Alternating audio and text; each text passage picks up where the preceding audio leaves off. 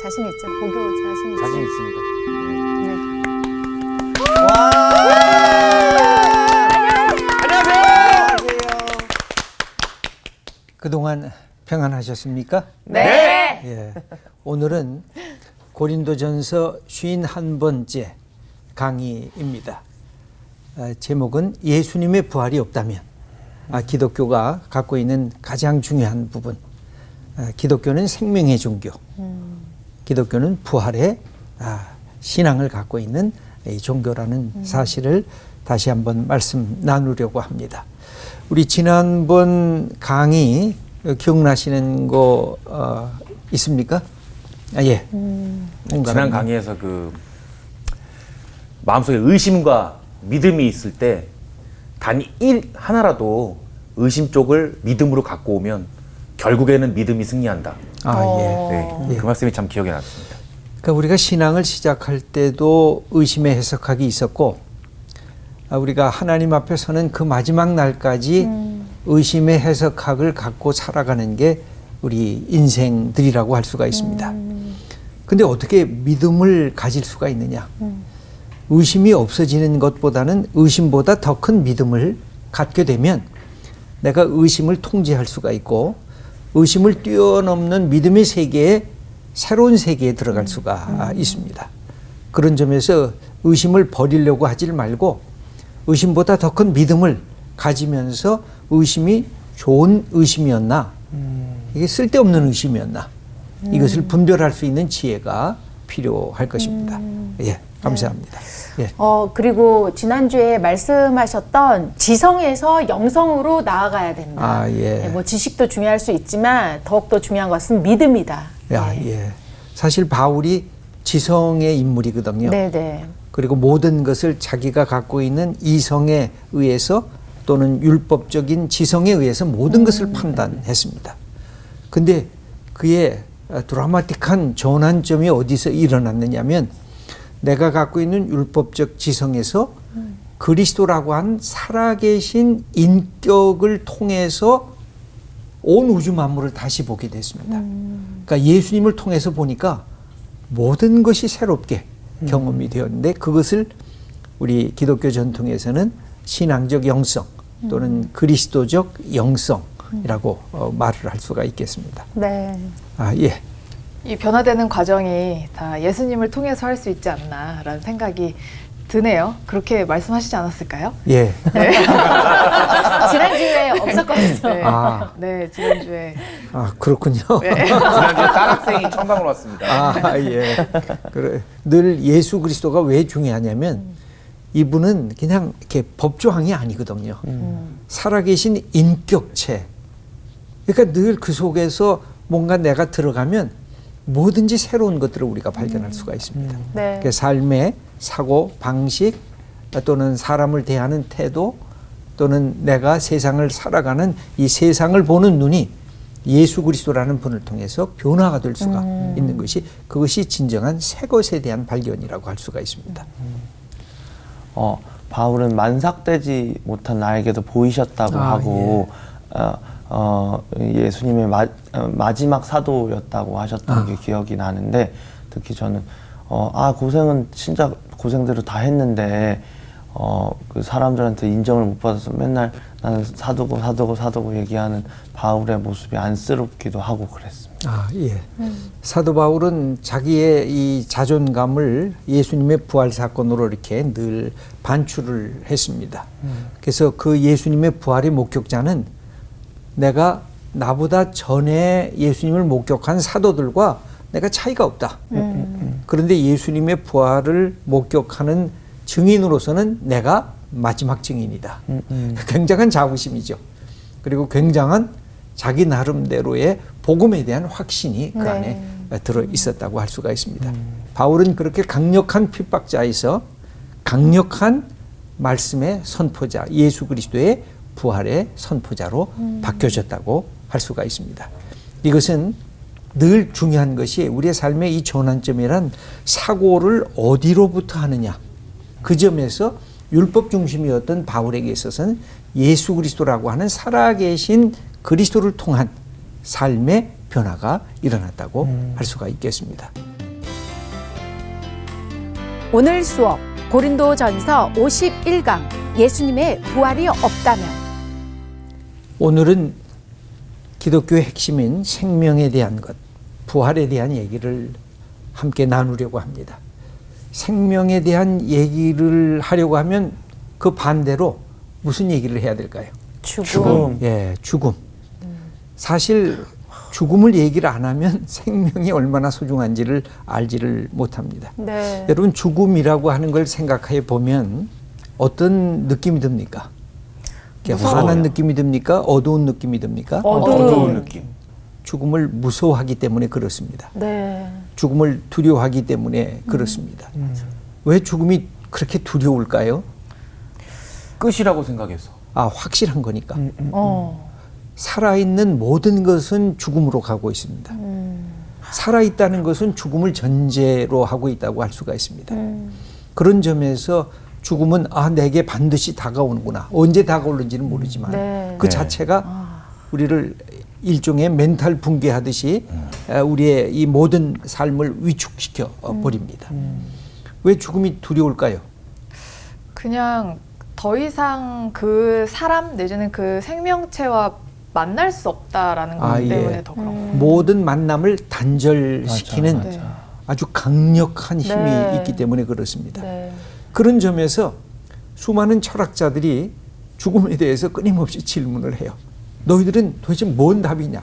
왜 답을 그렇게 빨리 얘기하느냐? 그렇죠? 네. 근데 기독교는 답을 갖고 있어요. 그 답이 뭐예요? 예수 그리스도예요.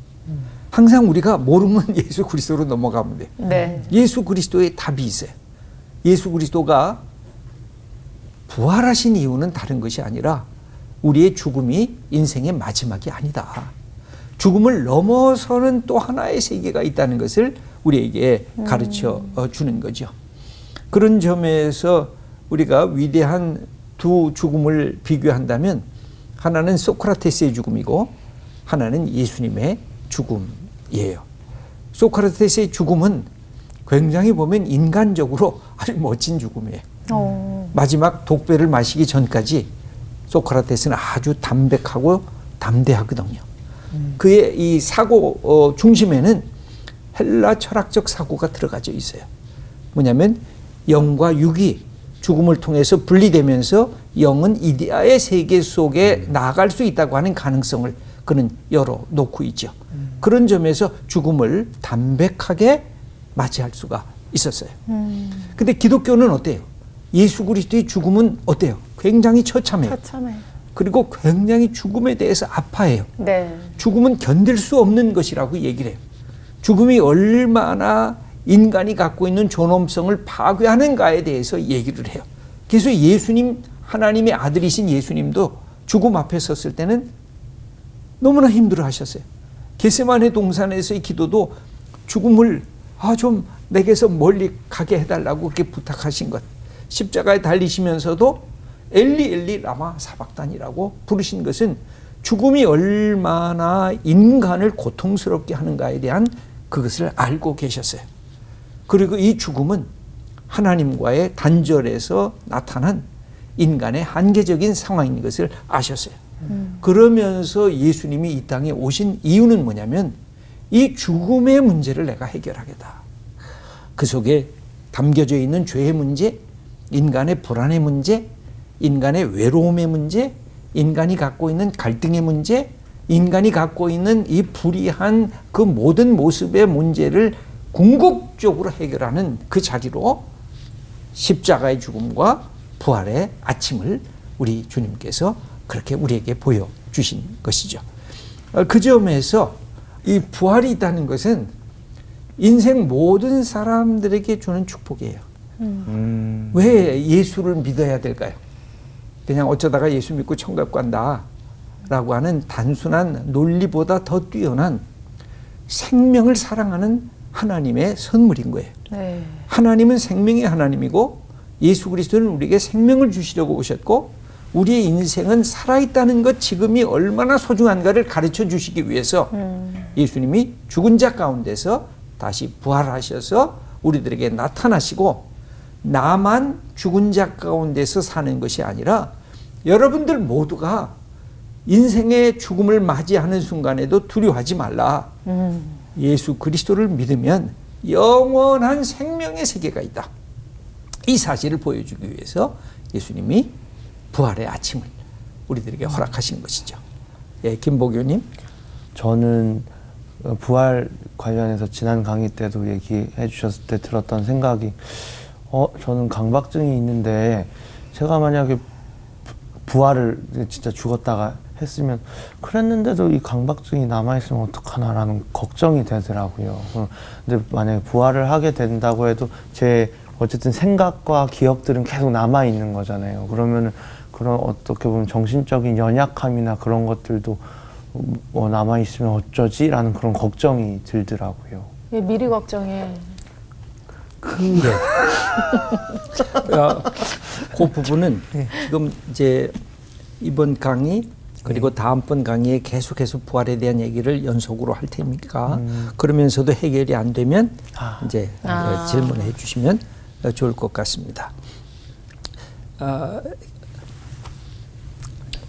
예, 말씀하시죠. 네, 이제 죽음 후에도 영원한 행복한 하나님과 함께하는 삶이 있다. 죽음을 두려워하지 말라. 그런 게 이제 믿음이라고 생각을 하는데 제가 궁금한 거는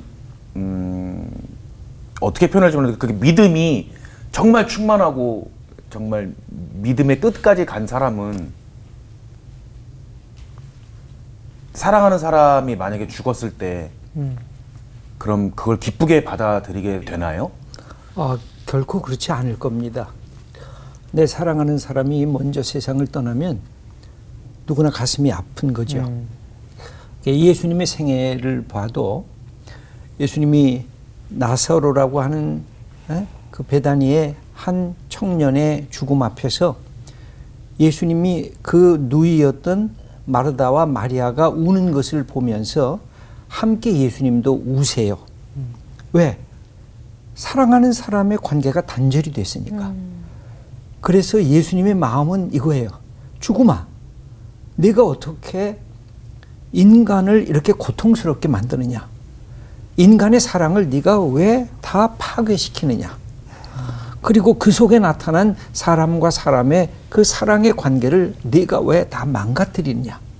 죽음아, 너는 영원한 하나님 앞에서의 원수다라고 생각하셔서 죽음을 거절하시고 죽음을 도전하시고 죽음을 넘어서시려고 하는 거죠. 그러니까 사랑하는 사람의 죽음은 아픈 거예요. 사랑하는 내 부모님의 죽음, 사랑하는 아내 남편의 죽음, 사랑하는 아들 딸의 죽음, 사랑하는 친구의 죽음, 그것은 얼마나 우리를 고통스럽게 하는지 몰라요. 그래서 기독교는요, 어둠이 있는 곳에 빛을, 그 다음에 그 속에 뭔가 인간을 좌절시키는 죽음의 세력이 있는 것을 향해서 도전하고 그것을 극복하고 그 속에 생명의 사건을 만드는 거. 네. 오늘 시를 하나 읽으면서 말씀을 계속해야 될 것 같습니다. 천상병 시인의 귀천이라고 하는 것인데 우리 홍가람님 한번 씩씩하게 이렇게 천천히 읽어 주시기 바랍니다. 귀천이 뭐죠? 하늘로 돌아간다. 예. 나 하늘로 돌아가리라. 새벽빛 와 닿으면 쓰러지는 이슬 더불어 손에 손을 잡고 나 하늘로 돌아가리라. 노을빛 함께 단 둘이서 기슭에서 놀다가 구름 손짓하면은 나 하늘로 돌아가리라. 아름다운 이 세상 소풍 끝내는 날 가서 아름다웠더라고 말하리라. 예. 우리 인생이 언제나 돌아가는데 그때 내가 가서 그때 사랑하는 우리 좋은 친구들을 만났다. 내가 기뻐하면서 인생을 살았다. 그 속에 수많은 아픔과 슬픔도 있었지만 그걸 뛰어넘었다. 내가 가서 좋았더라고 가서 말하리라. 예, 현재의 소중함도 그 다음에 미래의 부활의 소중함도 얘기해주는 아주 흥미롭고 멋진 시인 것 같습니다. 바울이 강조하는 바가 뭘까요? 오늘 본문에 보면 반복적으로 바울이 이 구절을 얘기를 하고 있습니다. 그리스도가 다시 살아나셨다. 12, 13, 14, 16, 17, 20절. 그리스도가 다시 살아나셨다. 그래서 고린도전서 15장 12절 여윤정님 읽어주시죠. 그리스도께서 죽은 자 가운데서 다시 살아나셨다. 전파되었거늘 너희 중에서 어떤 사람들은 어찌하여 죽은 자 가운데서 부활이 없다 하느냐. 예, 바울이 탄식하면서 질문하는 것입니다. 예수 그리스도가 부활하신 그 사실을 너희들이 믿느냐? 그러면 너희도 다시 살아날 것을 믿으라. 그런데 이 고린도 교회는 어떤 사람들이 있었냐면 예수의 부활을 믿는데 그 부활이 이미 우리가 영적인 열광주의 속에 들어가서 우리가 이미 다 부활을 경험했어. 그 미래의 부활은 없어도 돼 하면서 현재 속에 만족했던 사람들이 있었어요. 그러면서 미래에 다가올 하나님께서 우리를 다시 부활하게 하신다는 그 믿음이 식어가고 있었어요. 그래서 바울은 오늘 이 질문을 보면 경탄하면서 탄식을 하는 거예요. 그리스도께서 다시 살아나셨다. 이건 경탄이에요. 그런데 너희들은 어찌 이 놀라운 사실을 믿지 않느냐 하는 것입니다. 부활에 대한 바울의 생각은 아주 명백해요. 부활은 역사적 과거예요. 그러면서 역사적 현재예요. 바로 부활을 현재 속에 내가 선취적으로 맛보고 있는 거죠. 그러면서 부활은 동시에 미래의 사건이에요. 그러니까 예수의 부활이 역사 속에 일어났고 그 부활의 아침의 경험을 오늘까지 우리가 경험하면서 동시에 뭐가 있어야 돼요? 미래에 주님이 다시 오실 때 우리가 부활의 몸으로 살아날 것이라고 하는. 그래서 여기 이미와 아직 아니의 변증법적 긴장이 들어가 있어요. 이미 예수님이 부활하셨어. 우리가 부활을 경험하고 있어. 그러나 아직 온전한 부활의 몸으로 우리가 부활하지는 않았어. 그래서 이미가 뭐예요? already. 그다음에 아직 아니가 뭐예요? not yet. 그래서 이미 예수 그리스도를 통해서 부활의 그 놀라운 사실을 우리가 경험하고 있지만 마지막 주님과 함께 부활의 자리는 우리는 기다리면서 이 오늘을 부활의 아침을 오늘 경험하면서 살아야 되는 거. 그래서 다시 살아나셨다는 것은요, 놀랍게도 완료형으로 되어 있어요. 그래서 그건 뭐예요? 과거의 사건이 지금 내가 부활의 사건을 받아들이는 지금 우리에게까지 연속해서 이것은 고린도 교회뿐만 아니라 2000년 후에 사는 오늘 우리까지도 부활의 이 사건이 우리에게도 효력을 미치고 있는 것입니다. 그러면서 오늘도 우리는 아침에 일어날 때 어떤 아침을 기다리면서 일어나요? 부활의 아침. 초대교회 여성들이 또 하나님의 백성들이 예수님의 부활을 경험했던 그 부활의 아침, 하나님 오늘도 내게 새로운 하루, 어제하고는 다른, 내가 어제 잠잘 때 나를 죽음으로 나를 데려가시지 않고 오늘 새로운 생명을 주셨습니다. 감사합니다. 그러면서 부활의 아침을 오늘도 생명의 아침을 경험하는 거죠. 그러면 여기에서 바울이 계속해서 얘기하는 것이 6개의 가정법이 나옵니다. 예수 그리스도의 부활이 없으면 첫 번째는 뭘까요? 고린도전서 15장 13절 서현미님. 만일 죽은 자의 부활이 없으면 그리스도도 다시 살아나지 못하셨으리라. 예, 이 관계가 아주 밀접하게 관련이 되어 있어요. 예수님의 부활과 우리의 부활이. 내가 죽은 자 가운데서 다시 부활했으니 너희도 그리할 것이다. 그래서 우리의 부활과 예수님의 부활은 직결되어 있다고 하는 것. 그래서 죽음 앞에서 두려워 떠는 사람들에게 아니야. 죽음이 인생의 종착역이 아니야. 죽음은 그 다음에 부활의 아침을 기다리는 새로운 시간이야. 이것을 바라보면서 죽음 자체는 두렵고 떨리는 겁니다. 그럼에도 불구하고 그것을 뛰어넘는 생명의 이 능력을 믿음으로 받아들이라는 거죠. 그 다음에 두 번째는 예수님의 부활이 없으면 우리의 복음 전파도 헛것이고 우리의 믿음도 무의미하다는 것입니다. 부활이 없는 기독교 신앙, 그건 그냥 뭐 윤리겠죠. 그냥 예수님이라는 멋진 이 땅에 이웃을 사랑했던 분이 있는데 우리도 그냥 예수님처럼 사랑하고 마는 거. 그러니까 그건 윤리의 종교지 부활의 종교는 아니라는 거죠. 고린도전서 15장 14절 말씀을 김보교님.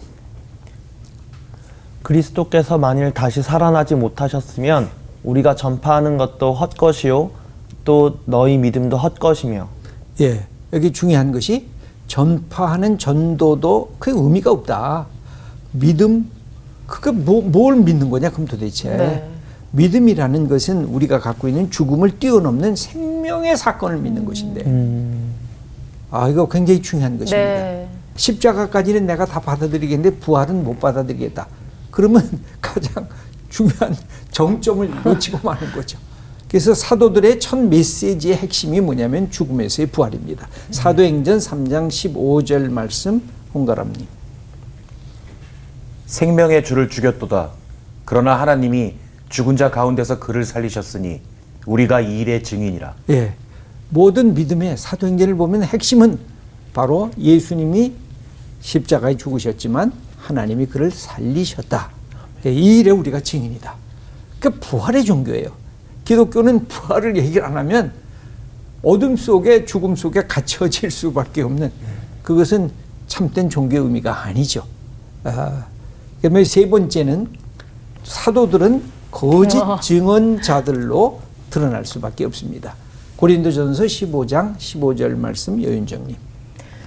또 우리가 하나님의 거짓 증인으로 발견되리니 우리가 하나님이 그리스도를 다시 살리셨다고 증언하였음이라. 네, 사도들은 다 가짜, 거짓말쟁이가 되고 마는 거죠. 네. 그래서 이건 하나님도 거짓말쟁이고 사도들도 거짓말쟁이고 예수 믿는 모든 사람들 다 거짓말쟁이라는 거죠. 그러므로 이 부활을 놓치면 안 된다는 것입니다. 그 다음에 네 번째, 부활이 없으면 여전히 우리가 죄 가운데 놓여 있을 수밖에 없습니다. 고린도전서 15장 17절 말씀 서현미님. 그리스도께서 다시 살아나신 일이 없으면 너희의 믿음도 헛되고 너희가 여전히 죄 가운데 있을 것이요. 예, 예수 그리스도가 자기 죄 때문에 죽었는지 어떻게 알아요? 그냥 역사 속에 그냥 지나가는 인물로 끝날 것인데 그분이 죽은 그것을 뛰어넘어서 부활했기 때문에 저분이 나의 죄를 위해서, 하나님의 아들이심에도 불구하고 나의 죄를 위해서 대신 죽으셨구나. 이 사실을 알게 된다는 거죠. 이것은 정말 놀라운 것이에요. 그래서 우리의 죄 용서의 기쁨을 알려고 하면, 맞아, 예수님이 나 때문에 십자가 달리시고 그래서 죽은 지 사흘 만에 다시 부활하셔서 내 죄가 용서를 받았어. 나는 예수님에게 내 죄를 고백만 하면 하나님께서 예수님의 죽으심과 부활의 능력으로 나의 죄악과 나의 불의함을 용서하시고 하나님의 아들과 딸로 나를 세우실 거야. 이것에 대한 믿음의 확신이 생겨진다는 거죠. 그래서 부활은요, 다른 거 다 얘기를 하고 부활을 빼면 안 돼요. 부활이 이 모든 것을 확증하는 하나님의 마지막 증거이기 때문에 그렇습니다. 그 다음에 다섯 번째로, 고난당하며 죽은 의인들, 그들을 위한 하나님의 보상인 거죠. 얼마나 억울하게 신앙생활을 하다가 이 땅에서 떠난 사람들이 많이 있겠어요. 얼마나 많은 순교자들을 기독교는 배출했습니까? 그 사람들을 위한 하나님의 보상인 거죠. 부활이 없다고 하면 그냥 지나가는 거 아니에요. 자기의 삶도 살아보지 못하고 예수님 때문에 다 자기의 인생을 다 내놓은 그 사람들이 얼마나 많아요. 고난받는 의인들. 그런데 그것이 아니라는 거죠. 여기 고린도전서 15장 18절 말씀 김보교님. 또한 그리스도 안에서 잠자는 자도 망하였으리니. 예, 그리스도 안에서 이미 죽은 사람들도 있었을 텐데 네. 그냥 끝난 거죠. 더 이상 의미가 없다는 거죠. 질문이 그래서 있습니다. 예. 저 이 생각을 항상 했었는데요. 그 같은 크리스찬들도 옛날에 굉장히 핍박받았다가 돌아가신 분들도 계시고 하다못해 베드로는 거꾸로 달려서 십자가에 돌아가셨고, 근데 사실상 우리는 교회를 다니고 예수님을 믿어도 아무래도 평온하게 죽지 않겠어요? 근데 그분들을 위한 이 제도를 만드셨다고 해서 우리까지 이렇게 다 혜택을 받는 것은 약간 기본소득 같은 건지 궁금합니다. 사실 좀 억울하실 것 같아서. 그러니까 이게 중요한 게 있어요. 우리의 눈으로 보면 억울한데 우리의 삶의 값어치로 보면 나를 통해서 누군가가 살아나고 나를 통해서 누군가가 생명을 얻고 우리가 용기 있는 이 히어로들을 보면 그 젊은 나이에 자기 생명을 바쳐서 누군가 살려놓잖아요. 그리고 자기는 죽잖아요. 사실 인간적으로 보면 너무 아깝잖아요. 그런데 그 속에서 그것을 뛰어들 만큼 자기 생명을 내놓았다고 할 때는 가치 있다고 느낀 거거든요. 나를 통해서 누군가가 살아나고 누군가에게 혜택이 주어지고 공동체에 생명이 불어넣어질 때 그래서 그것 자체로 억울한 게 아니라 그것 자체로 그 사람에게는 명예로운 것이고 축복이고 최고의 가치관을 위해서 자기 삶을 다 내놓은 것이라고 할 수가 있죠. 그런 점에서 우리는 그분들한테 그래서 감사하는 거죠. 네. 고맙고 나도 필요하면 남을 위해서 그런 역할을 나도 하면서 내가 살아야 되겠다. 이런 또 결단을 하게 되는 거죠. 저의 생각과 그분들의 아량은 다르군요. 예. 그 궁금한 게 그 기독교인이든 비기독교인이든 선한 사람이든 악한 사람이든 뭐 남녀노소건 제 생각엔 너 죽음을 100살에 맞이할래 80살에 맞이할래 그러면 99%가 100살에 맞이하고 싶어요라고 할 것 같거든요. 근데 그 죽음을 그렇게 사람이라면 누구나 그렇게 최대한 뒤로 미루고 싶어 하는데 그 마음은 그 인간이 죄 가운데 인간 스스로 만들어낸 건가요? 아니면 그 마음조차도 하나님께서 주신 건가요? 아니, 우리가 생명을 연장하고 싶은 것은 아주 자연스러운 거지요. 왜냐하면 생명을 가진 사람들은 죽음이 가까이 다가오면 죽음을 내치려고 그러잖아요. 난 죽음하고 상관이 없어. 나는 이 생명을 더 보존하려고 해. 그러니까 진시황이 영생하고 오래 살려고 그렇죠. 모든 수단과 방법을 아끼지 않고 그렇게 행동을 하잖아요. 그러니까 인간이 갖고 있는 생명의 속성이라고 할 수가 있어요. 근데 기독교는 그 생명의 속성을 단순한 생명의 연장이 아니라 새로운 생명의 사건을 하나님이 우리에게 선물로 주신다. 네. 이 사실을 가르쳐 주고 있는 것이죠. 근데 이제 최근에는 단순한 생명의 연장이 아니라 웰 다잉이라는 것이 지금 네. 생겨지고 있거든요. 네. 그러니까 시간만 많이 가서 내가 누구인지도 모르고 내가 갖고 있는 삶의 그 하나의 현장과 그 환경이 정말 열악하고 비참할 때 오래 사는 것이 의미가 없을 수가 있잖아요. 그래서 잘 죽는 거. 그게 뭘까? 이제 우리가 생각하는 시대로 바뀌어지게 됐는데 그건 또 하나의 또 다른 네. 문제라고 보여집니다. 중요하다. 그 다음에 요한계시록 21장 4절 말씀을 홍가람님 읽어주세요. 모든 눈물을 그 눈에서 닦아주시니 다시는 사망이 없고 애통하는 것이나 곡하는 것이나 아픈 것이 다시 있지 아니하리니 처음 것들이 다 지나갔음이러라. 예, 요한계시록이 보여주는 것이 그거예요. 그동안 고통을 당했냐? 그동안 힘들었냐? 외로웠냐? 우리의 눈물을 닦아주신다는 거죠. 그래서 하나님이 주시는 새로운 생명의 세계에 우리를 초청해 주시는 것.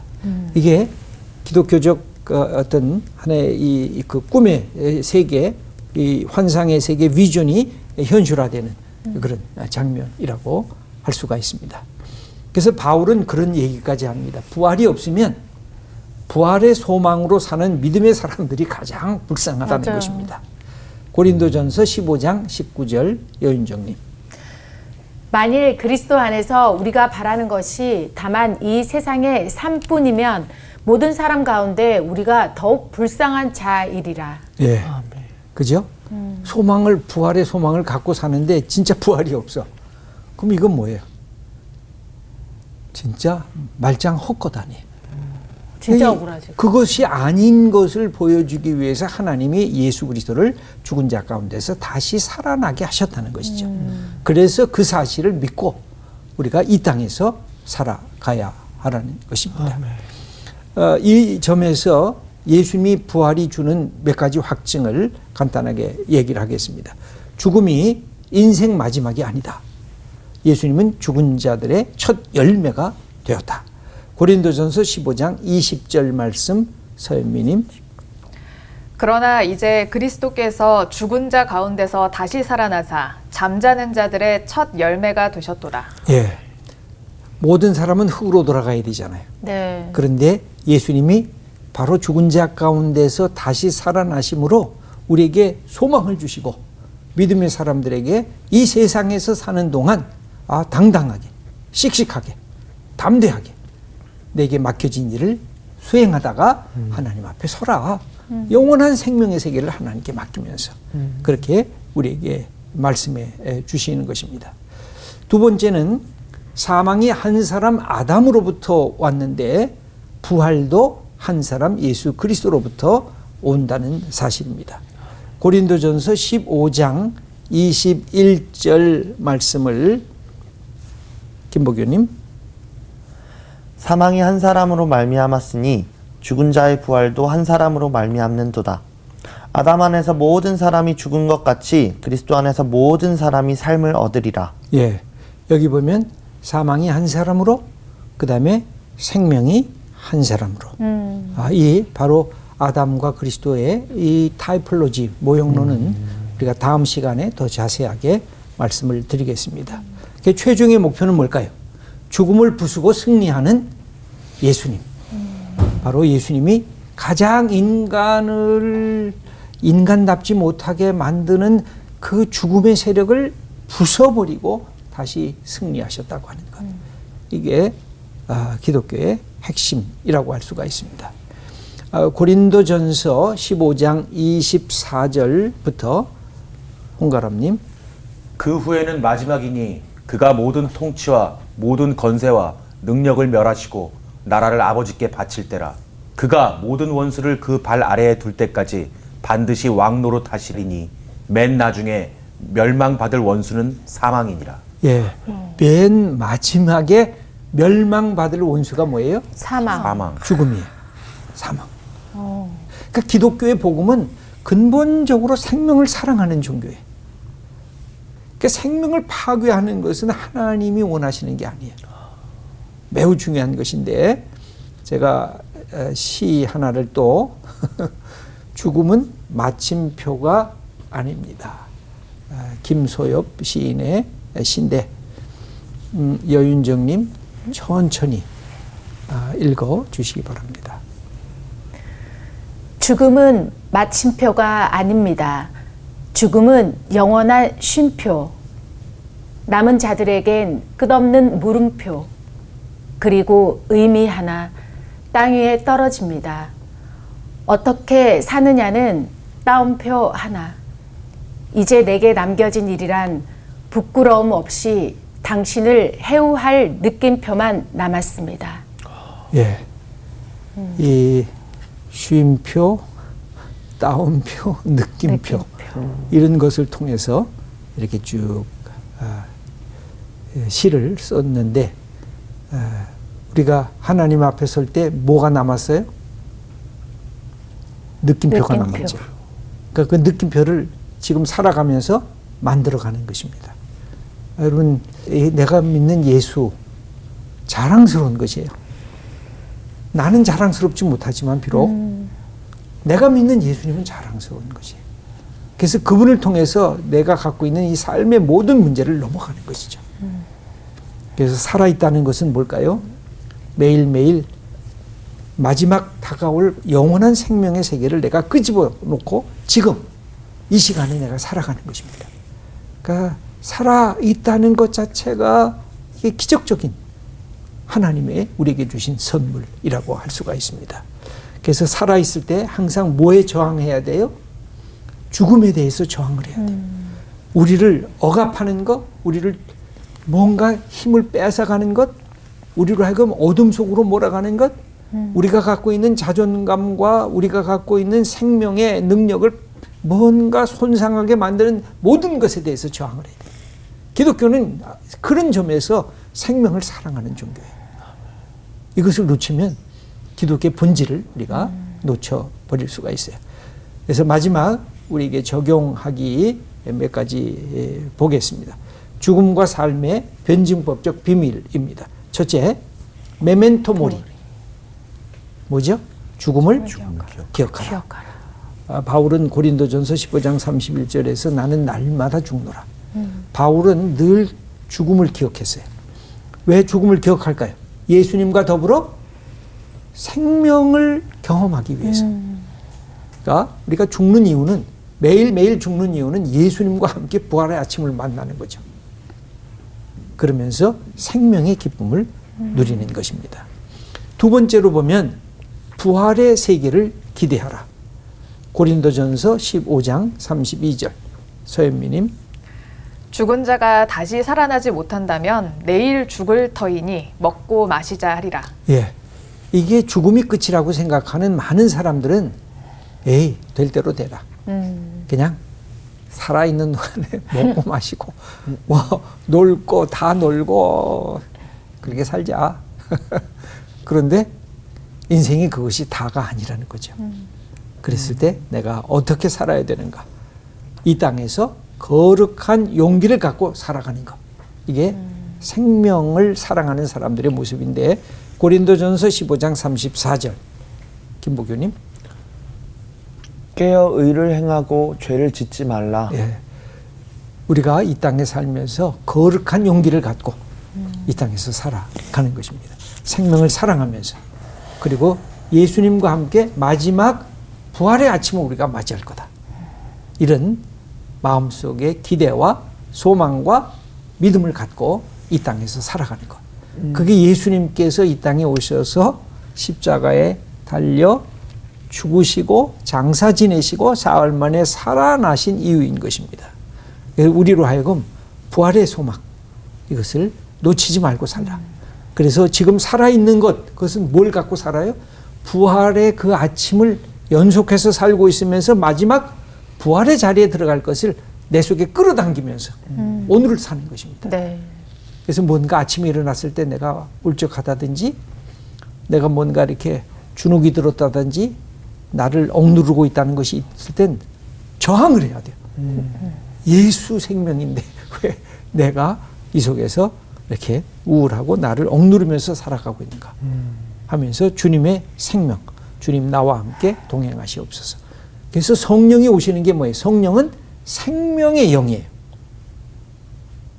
이것을 우리가 오늘도 간직하면서 네. 예수 믿는 기쁨, 예수 믿는 생명의 능력을 마음껏 누리면서 사는 하나님의 귀한 자녀들 다 되시기를 축원합니다.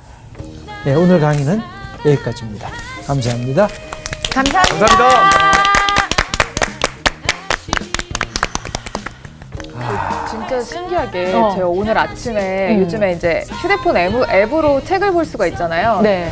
근데 아침에 좀 일찍 일어나가지고 앱으로 들어가서 보다가 그 김영민 교수의 아침에는 죽음을 생각하는 것이 좋다라는 책이 있어요. 근데 그 책을 하필 오늘 아침에 제가 잠깐 세상에. 본 거예요. 보면서 너무 무섭다.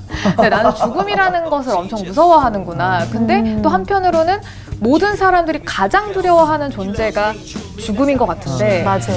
오히려 이 죽음을 부수는 이거를 생명으로 우리에게 다시 선물해 주시는 맞아요. 예수 그리스도를 믿는 존재라는 게 맞아요. 되게 든든한 시간이 됐던 것 같아요. 그러니까요. 그걸 알게 되어서. 정말 이 기독교에 수많은 절기가 있지만 예수님이 태어나신 크리스마스도 중요하지만 이 부활절이 없다라면 정말 이거는 의미가 없구나. 맞아요. 그래서 만약에 정말 부활이 없다면 이 전 인류의 사기극인데 이게 그렇죠. 기정사실이기 때문에 내가 이 죽음을 두려워하지 않고 이 부활의 아침을 날마다 예수님과 함께 경험을 하는 삶을 산다는 이 자체가 정말 감사하지 않나 이런 생각이 들었어요. 찌개라니 먹고 싶네요. 왜요? 부활절. 무슨 정말. 네, 자, 네. 그럼 우리도 매일매일 부활의 네. 아침을 맞는 일주일 또 앞으로의 평생 그쵸. 예. 살길 바라면서 또 세상으로 나아갑시다. 나아갑시다.